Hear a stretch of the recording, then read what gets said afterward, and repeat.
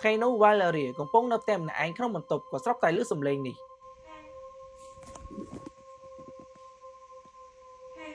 ស្ត្រីម្នាក់ដែលរស់នៅម្នាក់ឯងឈ្មោះ Valeria ពេលនោះកំពុងកេងលេងទូរស័ព្ទនៅលើក្រេសពក៏ស្រាប់តែឮសំឡេងអ្វីម្យ៉ាងក៏លើចេញមកពីខាងក្រៅបន្ទប់ដ៏ងងឹតនាងស្បត់ថាមាននរណាម្នាក់នៅក្រៅបន្ទប់នាង I swear there's someone outside my room.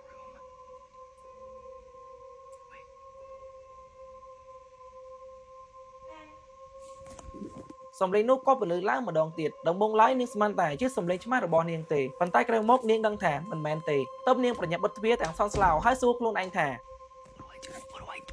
ក្រោយពេលភ័យសន្ស្លោអស់1នាទីនាងក៏ប្រមូលភាពក្លាហានបើកទ្វារដើរទៅពិនិត្យមើលពេញផ្ទះប៉ុន្តែមិនឃើញមាននរណាម្នាក់នៅទីនោះតតែសោះមិនតនោះទេនាងបាននិយាយទៀតថាចាប់តាំងពីពេលនោះមកនាងចាប់ផ្ដើមឮរឿងចម្លែកកាន់តែច្រើនឡើងជាឧទាហរណ៍នាងបានឮសំឡេងឆ្មាយំនៅខាងក្រៅបន្ទប់ទាំងដែលជាក់ស្ដែងឆ្មាទាំងពីរក្បាលកំពុងតែគេងនៅក្បែរនាងសោះនាងតែងតែឮសំឡេងឆ្មារបស់នាងយំនៅតាមបន្ទប់ផ្សេងៗគ្នាទាំងដែលពួកវាទាំងពីរកំពុងគេងនៅក្បែរនាងឬក៏នាងឮនរណាម្នាក់កំពុងហៅឆ្មាចេញពីបន្ទប់ផ្សេងទៀតនាងប្រាប់ពាក្យនរណាម្នាក់ព្រោះសូម្បីតែនាងក៏មិនដឹងដែរវាដូចជាសំឡេងពិសេសម្យ៉ាងដែលនាងបានបង្ហាត់ឆ្មារបស់នាងឲ្យប្រតិកម្មដើម្បីឲ្យអ្នករាល់គ្នាងាយយល់ឆ្មាទាំងពីរក្បាលរបស់នាងគឺនៅទីនេះស្រាប់ហើយដើរចូលទៅក្នុងផ្ទះបាយរួចធ្វើបែបនេះ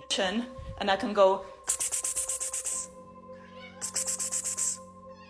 នឹងហើយគឺសំឡេងនឹងប៉ុន្តែបញ្ហានៅត្រង់ថានាងបាច់ជាលឺសំឡេងដដែលនឹងបើលឺចេញពីបន្ទប់ផ្សេងគ្នានៅក្នុងផ្ទះហើយពូឆ្មាក៏ប្រតិកម្មរត់ទៅបាត់អស់នាងដឹងច្បាស់ថាមិនមែនជារោគនាងទេព្រោះនាងនៅម្នាក់ឯងទេចុងក្រោយនាងក៏បានរំលឹកផងដែរថាជួនកាលភ្លើងនៅក្នុងផ្ទះសុបក៏រលត់រួចភ្លឺឡើងវិញដោយគ្មានមូលហេតុតតែសោះតើនេះអាចជាស្នាដៃរបស់មីមិចឬហៅថាបេសាយត្រាប់តាមមែនទេអាមនុស្សដែលជំនាញខាងធ្វើត្រាប់តាមសំឡេងដើម្បីស្វែងរកវិធីលបងអ្នកឲ្យចូលទៅចិត្តវាតើអ្នករាល់គ្នាធ្លាប់ជួបរឿងស្រដៀងនេះដែរឬទេខមមិននៅខាងក្រោម Complete follow ម្នាក់មួយដើម្បីបានទស្សនាវីដេអូថ្មីៗទៀត